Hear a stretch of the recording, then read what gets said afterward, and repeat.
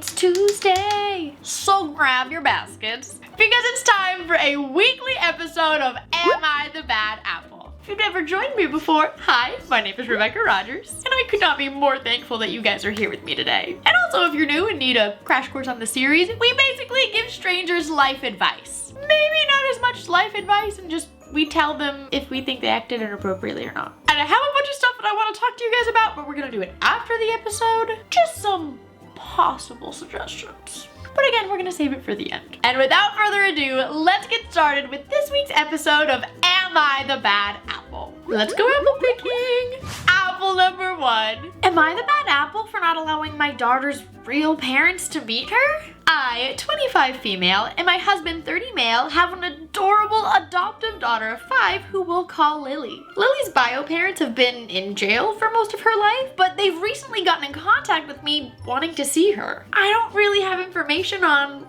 why they were put in jail and why Lily was taken away from them, but I don't have a good feeling about it. I thought I would ask Lily, hey, do you have an interest in meeting your biological parents? She's 5, but she still said no. I told them this and they accused me of being a liar. I wasn't, but then the mom accused me of discriminating against them for having been to prison. That wasn't true at all. My husband and I legally have custody over Lily and she's not interested in meeting them, so I don't want them to see her right now. Who knows what they could have done to her previously and why she was taken away from them. I don't feel good about it. My siblings are telling me that I'm in the wrong, that they have a right to be a part of her life, and I don't know anymore. So, am I the bad apple? That's a whole lot easier than I thought it was gonna be. No, you're not. There's a lot of kids who are adopted and later in life grow very curious about who their biological parents are, and that's great, and I think that's awesome that they choose to go out and find them and learn more about them on their own terms. That's awesome if they want to do that. But this isn't on Lily's terms. She's 5. Yes, a 5-year-old's feelings are valid, but she doesn't want to see them anyways. I don't think she really understands the concept at that age, but I'm assuming that she's too young to really understand, right? Any parents or little teachers that could clarify for me, am I right or am I way off? But regardless, she said no anyways. If she's legally adopted, you're her mom. No one else has any parental claim on her. It's just you. They might want to see her, and I'm sure they love her because I like to believe that all parents love their kids very much. But that's your daughter. I know that might not erase the feelings that they have for her, but it's not their business anymore. If you've legally adopted her, if she is legally yours forever, they have no claim. They get no say. If you don't feel comfortable with it,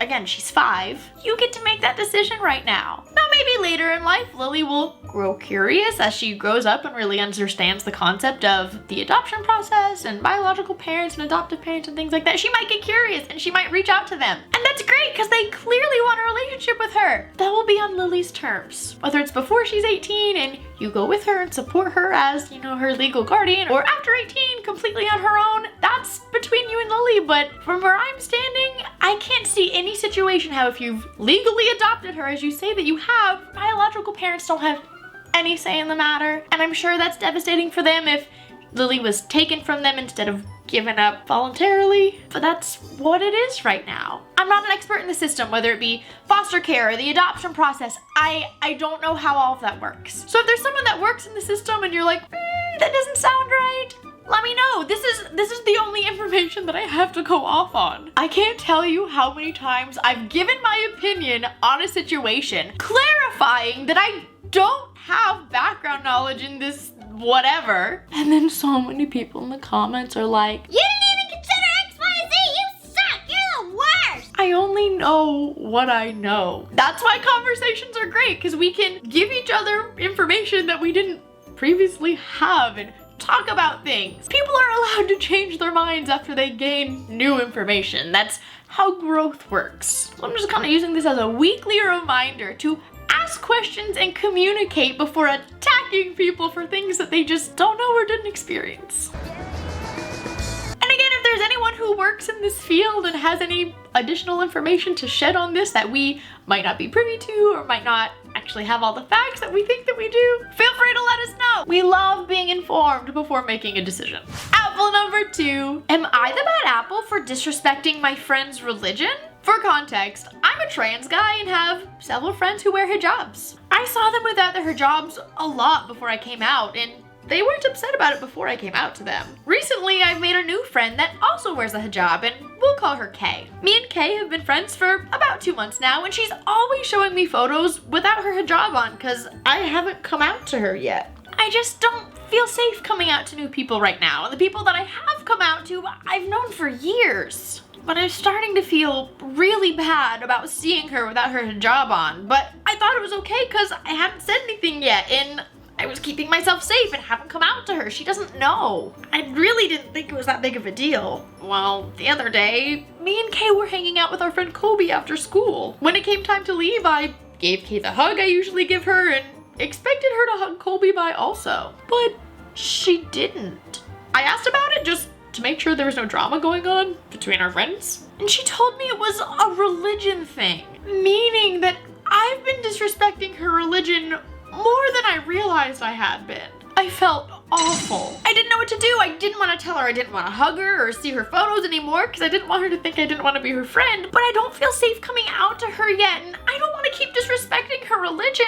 I went to my sister who knows that I'm trans, and she told me that I was terrible because I was completely going against my friend's religion on purpose. I tried to say it wasn't on purpose, that I really didn't know, but my sister doesn't believe me and says that continuing as I am just makes me a bad friend. So now I need to know, am I the bad apple? Oh, this is a really difficult situation.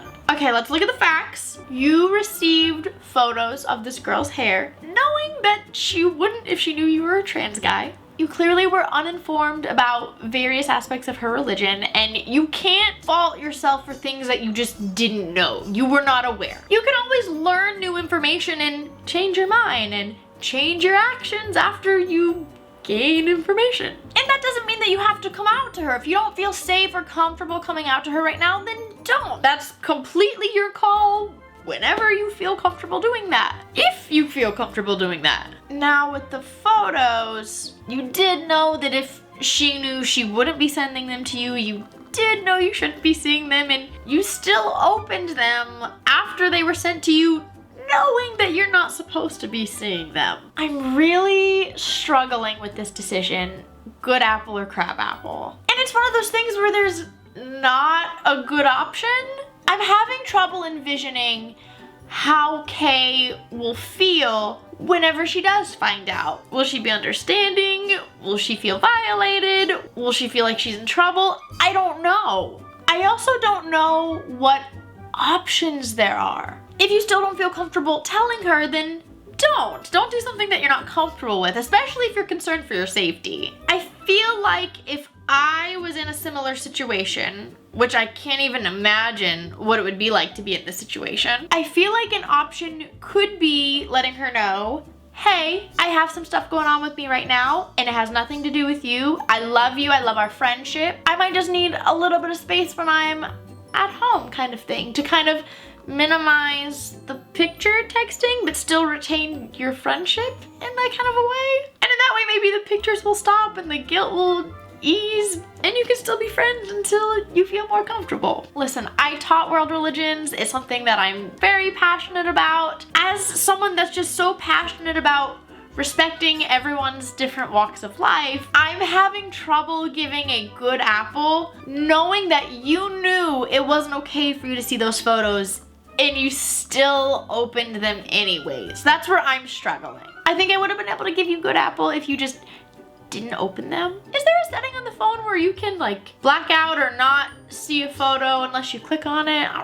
Technology. And this might be a little out of the way for some people, but even, you know, if you see a photo was sent, then go to your sister, ask her to delete it before you look back at the text feed, and you know, then you won't see it. Again, that one might be a little out of the way, but it's not you asking her to not send photos. It's not giving anything away. It's not being disrespectful. I don't know. I don't know what other options there could be. Maybe some wonderful people in the comments might think of some other options. But I think I do have to go with crab apple because you knew knew you were not supposed to receive those, and you still opened it, and you still continue to open them, I have to go with crabapple on that. And again, it's a really sticky situation. Sometimes we're handed those, and there's not necessarily a good choice to make or a safe choice to make. You know, if you don't feel safe or comfortable telling her, that's your thing. It's just a crummy situation. Apple number 3. Am I the bad apple for supporting my daughter's small business? My daughter, 16 female, has a thing for baking. She bakes cakes and other sweets and makes money out of it by selling her work to relatives, friends, and what I thought, us. My husband, her stepdad's 45th birthday took place a couple days ago. He asked my daughter to bake him a birthday cake and she agreed. I told him he needed to pay her for the cake, in which he responded, "Pay her? Get out of here. I'm her dad." I insisted, knowing that my daughter's a yes person and a people pleaser, so she's not gonna outright demand money from him. He eventually agreed to pay her, but days went by and he didn't give her a cent. I decided to go ahead and sell the wristwatch I bought him as his birthday present and use it to pay for the cake. He found out and went off at me. I told him he had plenty of time to pay her before he received the cake, and he never did. He said I was teaching my daughter to treat family relationships as transactional and training her to be materialistic. I tried explaining the time, effort, and even money she put towards making the cake, but he lashed out at me. He called me a jerk for making this move and enabling my daughter to expect so much from family that I guess she's supposed to do for nothing in return. Then he reminded me that he's the one that paid for the groceries and materials to make the cake in the first place. He's furious and told almost the whole family about how I took back his birthday gift and returned it. I got enough shame from other family members that I'm beginning to think I might be the jerk for how I dealt with this. So, am I the bad apple? Who makes the birthday person pay for their own birthday cake? This is my worst B-day ever. There's nothing wrong with supporting your daughter's small business. If she's making a business out of materials that you guys are buying, are you getting any of the profits? Like, if the husband is okay with funding her small business like that, I feel like she could make him a birthday cake. That in itself is saving her so much money. But furthermore, why is he paying for his own birthday cake? Okay, great, you want your daughter to be paid and you want to support her, and that's awesome. You pay for the birthday cake. When my mom has a birthday and we order her a cake from wherever she wants it for, one of us goes to buy it. Whether it be me or my brother or my dad, one of us, we got it. When it's Avery's birthday. Avery hates celebrating his birthday, but still, I love to celebrate him. I'll get him a cake, or my mom will get him a cake, or his dad will get him a cake. I've never heard of someone buying their own birthday cake. I think the mom's the bad apple here. That just is weird. You want him to pay for the materials and pay for the cake? Because you're greedy, schemy, and selfish. No! If it's that important that your daughter get paid for the cake, which I don't think y'all should pay for anyways, because you bought the materials, so unless she pays you for the materials and or at least get some kind of discount or whatever. But if it's that important that you pay her for the cake, you pay for it. You never make the birthday person pay for their own birthday cake. That's mean. Apple number 4. I just want something other than a good apple. I want something other than one bad apple, one crab apple, 2 good apples. We've had that constantly. And it's not even planned. It just happens accidentally. Wild. Am I the bad apple for ruining a teacher's career? Last week, my son got his phone confiscated at school. He was mucking around with it during class, and school rules are clear about phone usage during class without permission, so I totally understood. The normal protocol is that the phone would go to the office where it would be returned to the student at the end of the day or the next day. His teacher, however, I guess forgot to go to the office before going home after school and accidentally took it with her. Through some kind of negligence, the phone broke in the hands of the teacher's toddler. Admittedly, she was very upfront about it and even came to our house personally to tell us what happened and apologize, which I respect. She suggested a repayment plan for the phone and even offered an old phone of hers for him in the meantime, but it was essentially a brick with a screen. After she left, I emailed the school about everything. I mean, she's a teacher, and although it was a mistake, she still took home a student's confiscated phone. I received a response Monday morning apologizing for what happened and a promise to address the issue. Well, my sister is also a district in the area and she ran into this teacher. The teacher was pissed. She said we were being jerks reporting it to the school because she already promised to pay for the phone and even offered an alternative. She said she's a good teacher and we're messing with her job unnecessarily and possibly even her career. I thought it was important to involve the school, seeing as how it happened at school, and I didn't want it to happen to anyone else. So yeah, I need to know. Am I the bad apple? I really thought that we were gonna break the pattern. No, I don't think you're the bad apple. Do I think involving the school was like something that you really needed to do? Not unless you had reason to believe the teacher wasn't being truthful or was being deceitful or wasn't getting you the money or wasn't replacing whatever. I mean, I don't think it necessarily was needed, but I don't think it was unneeded either, if that makes sense. Like, to me, that action was a pretty neutral, like, you can do it if you want, but you don't necessarily have to kind of mentality. I mean, your goal wasn't to get her in trouble, it was just to kind of loop the school in, since it was a school policy thing and it happened at school, and like it makes sense to me. Again, the decision to loop them in, it just kind of remains a neutral. To me, both actions seem fair in whatever you want to do. At the end of the day, the teacher was neglectful. Not only did she not stop by the office and didn't do her part in that procedure, she somehow allowed her toddler to get a hold of your kid's phone. How does that happen? How did the toddler get a hold of the phone? What's the best thing that you guys can come up with? Let me know down in the comments. I really don't get how that happens. Like, that is a lot of neglect.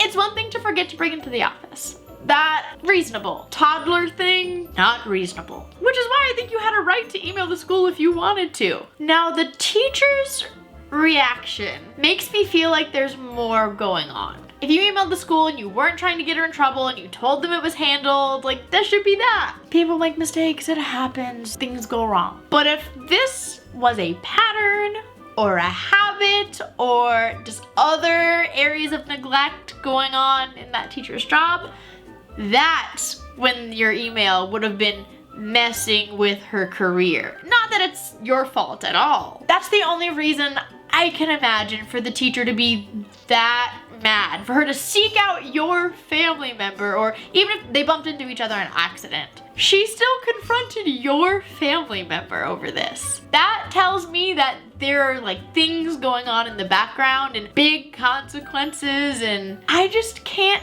imagine it would be that severe for a situation that was already being handled and everything was okay and settled. There's gotta be more going on. But we don't have that information, can't speculate. This is the only information that we have to go on. No, I don't think you're the bad apple, even though I really wanted something other than a good apple. I'm telling you, I don't know how this happens. I literally pick randomly just the stories that we use. I'm just floored. For whatever week in a row, we got 2 good apples, 1 bad apple, 1 crab apple. And if you want to submit a story, you can do so at our subreddit, r/AmITheBadApple.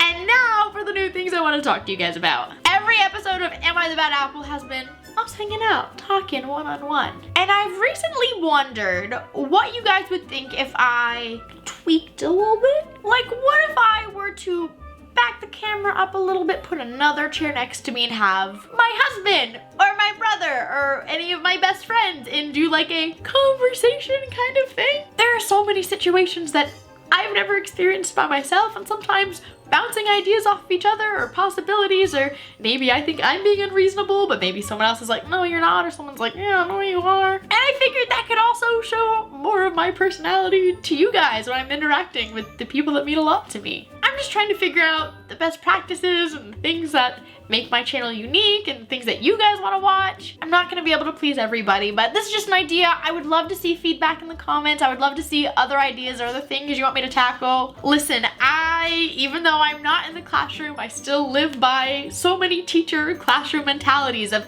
having a plan and finding what works and sticking to it. And I'm kind of concerned that I've done the same kind of format because I like routine and I'm in that teacher mindset, and I'm worried that I'm limiting myself. I don't know. I just want to make a channel that you guys love and feel safe and included and loved. But anyways, that's what I wanted to put by you guys. Again, I'm not gonna be able to please anyone, but I would love to hear some ideas in the comments. Y'all know I love the feedback. And what kind of good fortune can I set you guys off with? I hope you guys have the courage to send that text that you want to send so badly. Do it. You know you want to do it. But I do hope that I see you guys next week. I love you guys. Bye.